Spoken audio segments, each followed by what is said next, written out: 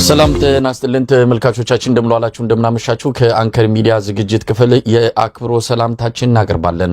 ለማንኛውም አሁንም መረጃ እየጠበቅን ነው ያለነው ከምክክር ኮሚሽኑ አካባቢ የሚወጡት ነገሮች የሚያሳዩት በተወሰነ ደረጃ በቁም እስር ላይ በሚመስል መልኩ በኦህዴድ ብልጽግና መስመር ላይ የሌሉ ወይም ደግሞ ተቃውሞ ያቀረቡ ከግራም ከቀኝም ያሉትን ሰዎች በዋናነት ደግሞ የአማራ ተወካዮች ላይ የኦህዴድ ብልጽግና የደህንነት ኃይሎች ከፍተኛ ማዋከብ ያደረጉ ነው። እንቅስቃሴያቸው ተገድቧል። እንደሰማነው በተለይ እንቅስቃሴው የተገደበ አንድ የአማራ ተወካይ ነው ይህን መረጃ ያደረሰን። ስልክ ደውሎ ጓደኞቹ ጋር ተመሳሳይ የእንቅስቃሴ ገደብ እንደተደረገበት ያም ጓደኛው እንደገለጸለት ነው የነገረን። ስለዚህ በአማራ ዴሊጌሽን ወይም ደግሞ ተወካዮች ላይ እንደዚህ አይነት ነገር እንዳለ ነው የሰማነው። እኔ ምን እንዳይመጣ ነው አሁን እንደው ምንድን የተፈለገው? እንደው ይሄ ሁሉ ሆነ አዲስ አበባ በእርግጥ እነሱ የፈለጉት አንዳንድ ጊዜ እውነት ለመናገር ይሄ የኦሮሞ ህዝብ ፍላጎት ነው።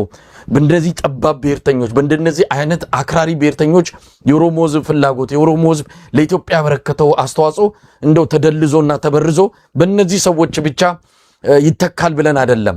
ግን ምንድነው የፈለጉት እነዚህ ሰዎች? እውነት ለመናገር አንዳንዴ ስንፍናም ነው።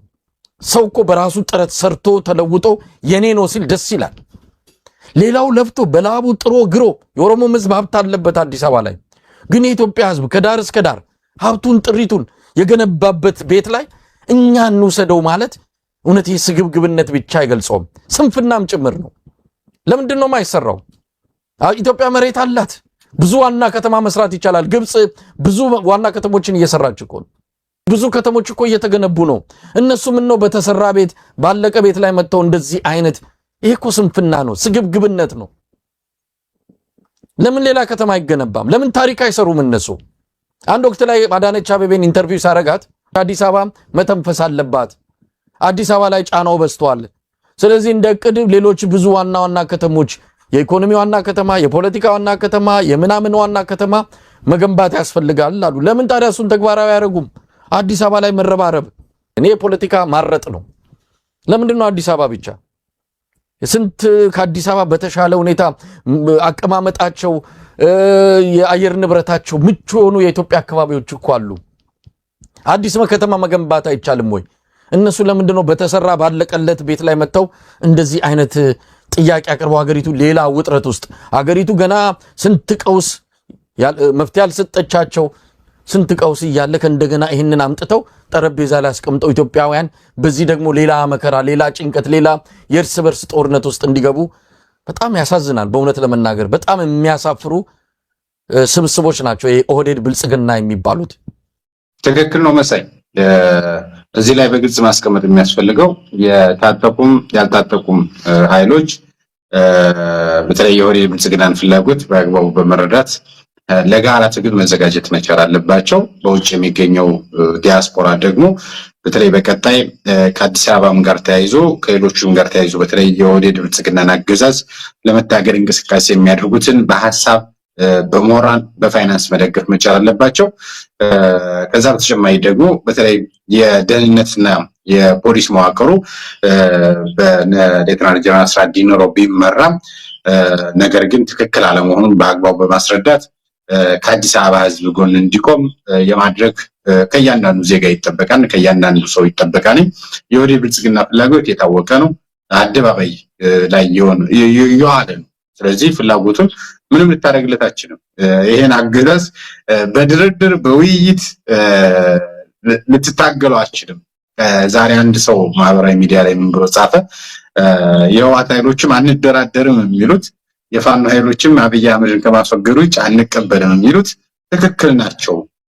ምክንያቱም አብረውት የሚሉትን አንድ ፓርቲ ነው የሚሉትን እንኳን የአማራ ብልጽግናን ያላከበረ ኦህዴድ ብልጽግና ነው። ስለዚህ ይሄን አገዛዝ መደራደር ሳይሆን ማስወገድ ብቸኛ ነው መፍትሄ የሚል ሐሳብ አቅርቦ ነበርና ይህ የሚጋራው ሐሳብ ለዛም ነው በነገራችን ላይ አብይ አህመድ የመደራደር የመወያየት አጠቃላይ ፖለቲካ የሚባል ማቅ የሆነ የፖለቲካ ደንቆሮ ዘገምተኞች ስብስብ ነው የኦህዴድ ብልጽግና። አማራ ክልል የሚገኘው ኬሚሴ ላይ ያለው የኦሮሞ ብሔረሰብ አስተዳደር ዞን በአማራ ክልል እንደሚተዳደረው አዲስ አበባ ምን ችግር አለው እንደዚህ አይነት አስተዳደር ቢኖራት የሚል ነው የጠቅላይ ሚኒስትሩ አማካሪና ብርሃኑ ሌንጅሶ አይነቶች ማለት ነው። ሐሳብ ያወሩልን ይፈልጋሉ። የሆነችን ቦታ የሆነችን አካባቢ ምሳሌ አድርገው የአዲስ አበባን የባህል የፖለቲካ የኢኮኖሚ ማዕከልን ለኛ ይገባናል ይላሉ። ይሄ እኮ ኢትዮጵያውያን ናቸው የገነቡት። ኢትዮጵያን እኔ ልውሰድ እኔ ልብላ፣ እናንተ መብራት አብሩ፣ እናንተ ሻማ አብሩ፣ እኔ ግን ልብላ።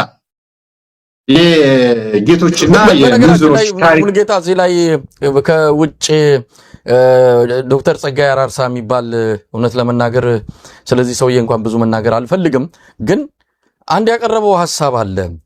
ከፈለጋችሁ መሬት እንስጣችሁና ሌላ ቦታ ዋና ከተማ ገንቡ፣ ይሄ አዲስ አበባ ለኦሮሞ ተዋት የሚል ይሄ አሁን ጤናማ አንጎል ነው? ይሄ አንጎል እውነት ሕክምና ያስፈልገውም?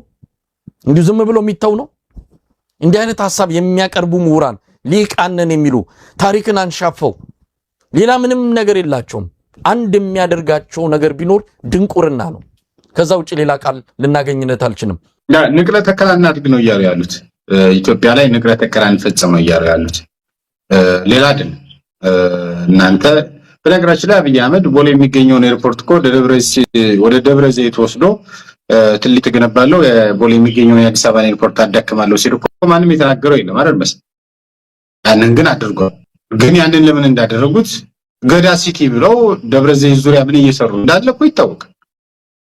ከአዲስ አበባ ቆርሰው ሸገር ሲቲ በሚል አዳነች አቤቤና ሽመልስ አብዲሳ ሲካፈሉ አዲስ አበባ ህዝብ ያውቃል።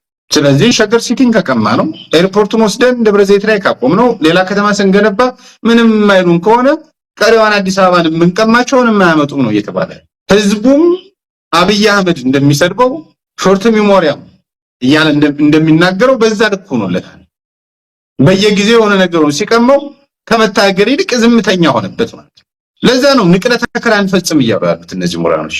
ለዛ ነው ንቅለ ተከላ እንፈጽም እያሉ ያሉት የወዴድ ብሔርተኞች።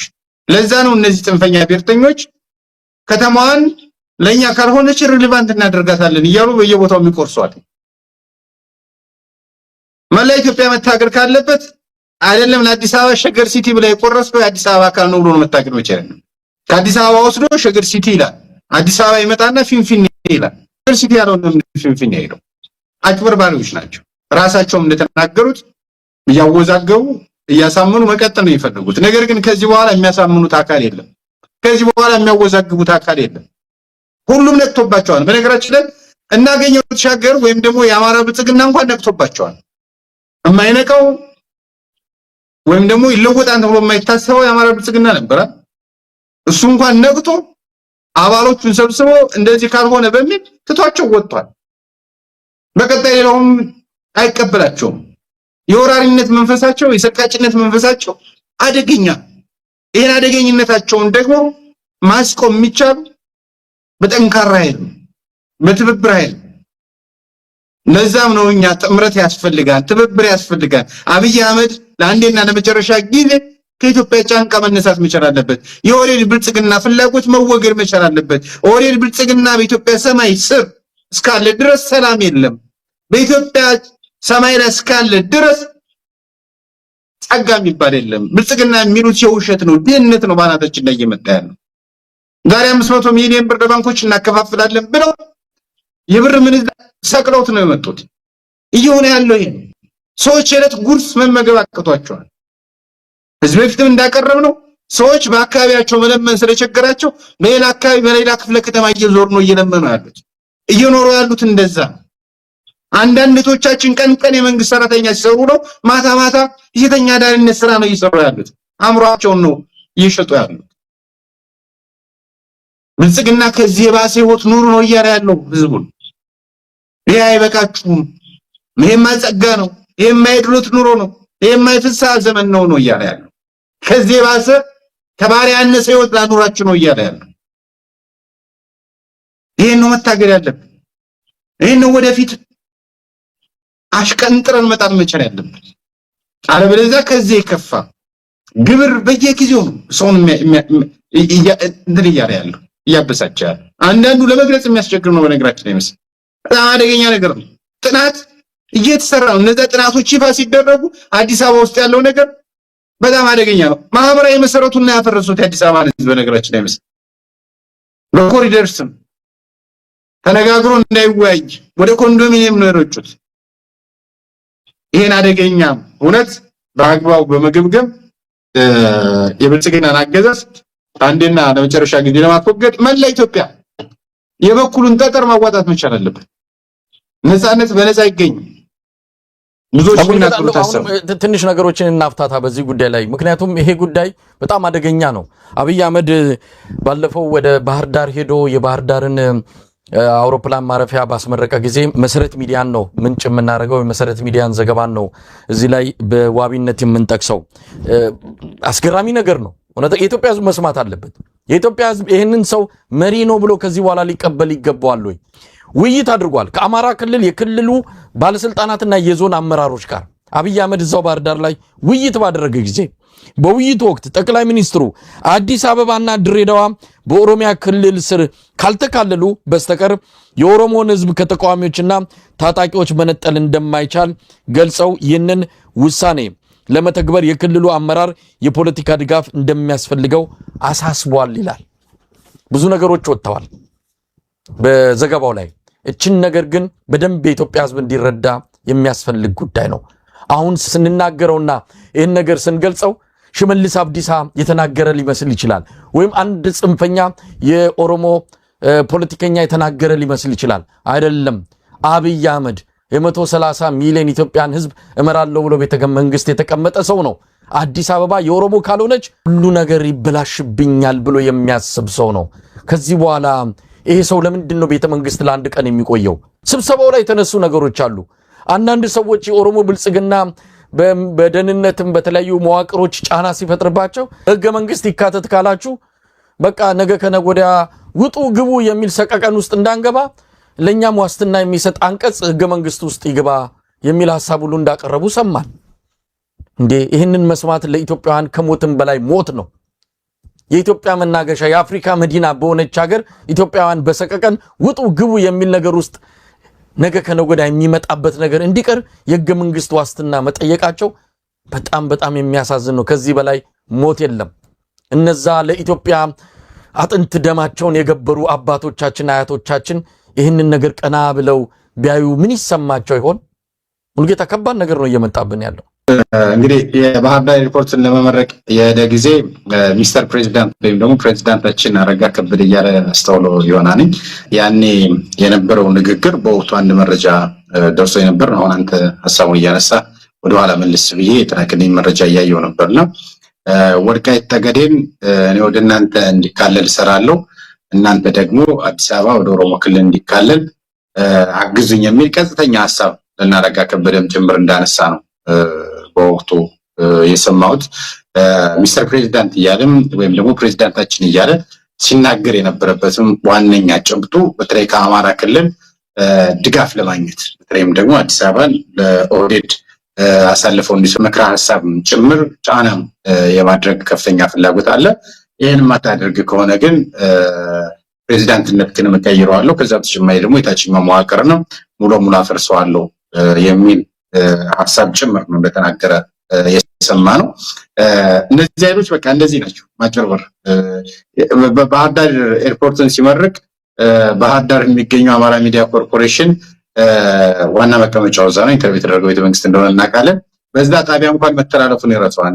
በህዝብ ውሳኔ ነው የወልቃይት ጉዳይ ብሎ ከተናገረ ሳምንት ሳይሞላ ይመጣና የአማራ ክልል ባለስልጣናቶችን ግን በአካል አግኝቶ አዲስ አበባ ለኛ እንዲሆን አድርጉ፣ እናንተ ደግሞ ወልቃይት እንድታገኙ እንሰራለን ወይም ደግሞ በዚህ በምክክር ኮሚሽኑ እንዲወሰን እናደርጋለን የሚል ሐሳብ ነው ሲረጭ የነበረው። ያን እንደማያደርገው እኮ ይታወቃል። ከአማራ መሬቶች እነማን ጥያቄ እንዳቀረቡባቸው ወደፊት ዝርዝር መረጃዎች ሲመጡ የምናቀርባቸው ይሆናል እና እንደዚህ አይነት ነገር ነው የሚያደርጉት። ማወዛገብ፣ መዋሸት፣ መቅጠፍ፣ አጠቃላይ የኦህዴድ ብልጽግና መግደል፣ መደለል።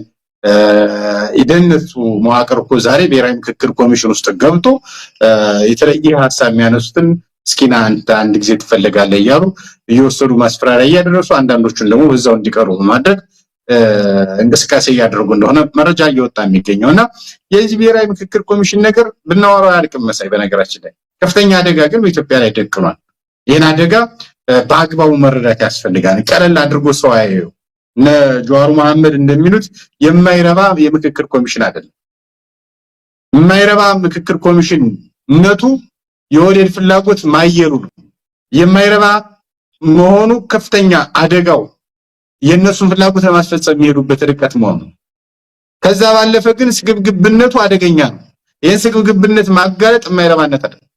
ይሄን ስግብግብነት በአግባቡ መረጃ ለመስጠት ነው አደገኛ ነገሩ። በሌላ አጀንዳ እንዲወጠር ማድረግ ነው አደገኛ ነገሩ። ይሄን በግልጽ ማስቀመጥ ያስፈልጋል። እንግዲህ ሌሎች መረጃዎችን ደግሞ እየተከታተልን የምናቀርብ ነው። ሙሉጌታ እንግዲህ እንዳልኩ የሚቀጥሉት 2 ቀናት ውሳኔውን የምንሰማ ይሆናል። ከፍተኛ የሆነ ውዝግብ ፍጥጫ የታየበት የምክክር ኮሚሽኑ ሂደት አንዳንድ የብልጽግና ሰዎችም በመጨረሻው ሰዓት ለሞራል ለራሳቸው ሊና ለታሪክም ብለው ያደረጉ ያሉትን ነገር ያው ከፍርድ እንደማያመልጡ ለፈጸሙት ከብልጽግና ጋር ሆነው ለፈጸሙት ወንጀል ተጠያቂ መሆናቸው እንዳለ ሆኖ ግን በዚህ በመጨረሻው ሰዓት እንዲህ አይነቱን ስግብግብነት የተሞላ የሰልቃጭነት አካሄድ አንቀበልም ብለው አቋም መያዛቸው ግን በተወሰነ ደረጃ ነጥብ እንዲሰጣቸው የሚያደርግ ይሆናል። እንግዲህ ወደ ሌላው ርዕሰ ጉዳይ እንምጣ። ትላንትና በወለጋ በዛ የሚገኘው የወለጋ አንሻ ሰይድ እዝ የፈጸመው ጀብዱ ያው በዜናም በተለያዩ ፕሮግራሞች ሽፋን ያገኘ በመሆኑ ዳግም አንመለስበትም። ትልቅ ድል ነው የተገኘው። እንግዲህ ከወለጋው አጠቃላይ እንቅስቃሴ ከወለጋ ፋኖች ጋር በተያያዘ የተለያዩ መረጃዎችን በኦሮሞ ፖለቲከኞች በኦሮሞ ልሂቃን አክራሪ ብሔርተኞች የሚቀርቡትን እያየን ያለ ነው። በተለይም በጀዋር መሐመድ በኩል እረፍት የሌለው በየሰዓቱ በየደቂቃው በተለያዩ ሚዲያዎች በተለያዩ መድረኮች እየቀረበ ስሙኝ እያለ ነው ጀዋር መሐመድ። አሁን ከደቂቃዎች በፊት እኔ እናንተ እየተገናኘንም አስረስ ማረ ዳምጤ ከአንከር ሚዲያ ጋር ያደረገውን ኢንተርቪው በማጋራት በቅርቡ አዲስ አበባ ጠብቁት ብሎ 2 ስሞችን ጠቅሶ አስረስ ማረ ዳምጤ ለብልጽግና እንደሚሰራ ሁሉ የተናገረበት ሁኔታ ነው ያለው። እውነት ለመናገር በዚህ መልኩ ጀዋር መሐመድ የፖለቲካ ድብርት ውስጥ የፖለቲካ ድንዛዜ ውስጥ ይገባል ብዬ አልጠበቁም። ጀዋር መሐመድ ከእድሜውም በላይ በብዙ መልኩ የራሱን የፖለቲካ መስመር ተከትሎ ወደ መድረኩ በመውጣት የራሱን ተከታዮች ያፈራ ነው። ደገፍነውም ተቃወምነውም የራሱ የሆነ ብቃት አቅም ያለው ሰው ነው። ያንን አቅሙን ግን ለመልካም ነገር ሲጠቀም እያየ ነው አይደለም። በሰፈር በመንደር የታጠረ ወደ ኋላ የሚመለሱ የተለያዩ እንቅስቃሴዎችንና ትርክቶችን አንዳንዱ የፈጠራ ናቸው፣ አንዳንዱ በመሰለኝና ደሳለኝ የተጻፉና የሚገለጹ መረጃዎችን ለተመልካቾቹና ለተከታዮቹ እያጋራ ያለበት ሁኔታ ነው የሚታየውና እስቲ ጀዋር ለምንድን ነው በዚህ ደረጃ የተጨነቀው? አብዛኞቹ የኦሮሞ ሊቃን ወለጋ ላይ ባለው ሁኔታ ለምንድን ነው የተዛባ መረጃ ይዘው በየመድረኩ የምናያቸው? በተለይም ጀዋር መሐመድን ጀዋር መሐመድ ለምን ወደዚህ መጣ ወይም ደግሞ ለምን በዚህ ልክ ደረጃ የወለጋን ጉዳይ አጀንዳ ማድረግ ፈለገ የሚለውን በግልጽ ማስቀመጥ ያስፈልጋል። አጀንዳ ማድረግ የፈለገው ዛሬም በጽሁፉ ይፋ ያደረገው አርበኛ አስረስ ማረ የአማራ ፋኖ ብሔራዊ ንቅናቄ የህዝብ ግንኙነት መምሪያ ኃላፊ ከአንከር ሚዲያ ጋር አንድ ቆይታ አድርጓል። እሱም ቆይታ በዋነኝነት በርዕስ የወጣው ትብብሩ በቅርቡ ይፋ ይደረጋል፣ ፋኖና ኦላ በወለጋ ላይ አብረው እየሰሩ ነው የሚል መረጃ ይፋ ተደረገ። ከዛን ጊዜ ጀምሮ አበደ ማለት ነው። አበደ በሚባል ደረጃ ነው ያለው። ነገራችን ላይ መሳይ አንተም እንዳልከው በየደቂቃው በየሰዓቱ ወለጋ ነው የሚጽፈው። ምክክር ኮሚሽኑ ዲያስፖራው እያስሸዋው ስለሆነ ነው እንጂ ከዛ የከፋ አደጋ ወለጋ ላይ አለ፣ ኦሮሞዎች እየተገደሉ ነው፣ ከፍተኛውን ጭፍጨፋ እየተፈጸመ ነው የሚል ይህም እየተፈጸመ ያለው በአንሻ ሰይድ እዝ ነው የሚል እሱ አንሻ ሰይድ ብሎ አይጥረው እንጂ በእነዚህ ፋኖች ነው እየተፈጸመ ያለው። ይሄ ፋኖ መዋቅርም በመንግስት የሚደገፍ ነው፣ በደህንነቱ የሚደገፍ ነው። አንድ ጊዜ ከወርቅ ጋር ያገናኘዋን፣ አንድ ጊዜ ከሰሊጥ ጋር ያገናኘዋን፣ አንድ ጊዜ ከሌሎች ነገሮች ጋር እያገናኘ ተረኩን መሬት ለማስያዝ ከፍተኛ ጥረት እያደረገ ነው። በዛሬው ዕለትም ከሪዮት ሚዲያ ጋር ቆይታ አድርጓል። እሱን ሪዮት ሚዲያ ተከታትየዋለሁ። ጋዜጠኛም ቴዎድሮስ እኛ እንግዲህ የምናውቀው በሞጋችነቱ ሰዎች ሐሳብ ብለው ሲያቀርቡ ትክክል አይደለም ብሎ በመረጃና ማስረጃ በማጋለጥ ነበር የምናውቀው። ነገር ግን በዛሬው ዕለት ያየሁት ነገር በጣም የሚያሳዝን ነገር ነው። በፌስቡክ እየተናገረ ያለውን መረጃ በዩቲዩብ እንዲናገር ፈቅዶለታል። ይህ ትክክል አይደለም። መረጃና ማስረጃ ክፍተት ካለበት ሰዎችን ጠይቆ መረጃዎችን አጠናክሮ መስራት ነበረበት ቴዲ ማለት ነው። ያንን ግን ሲያደርግ አላየንም።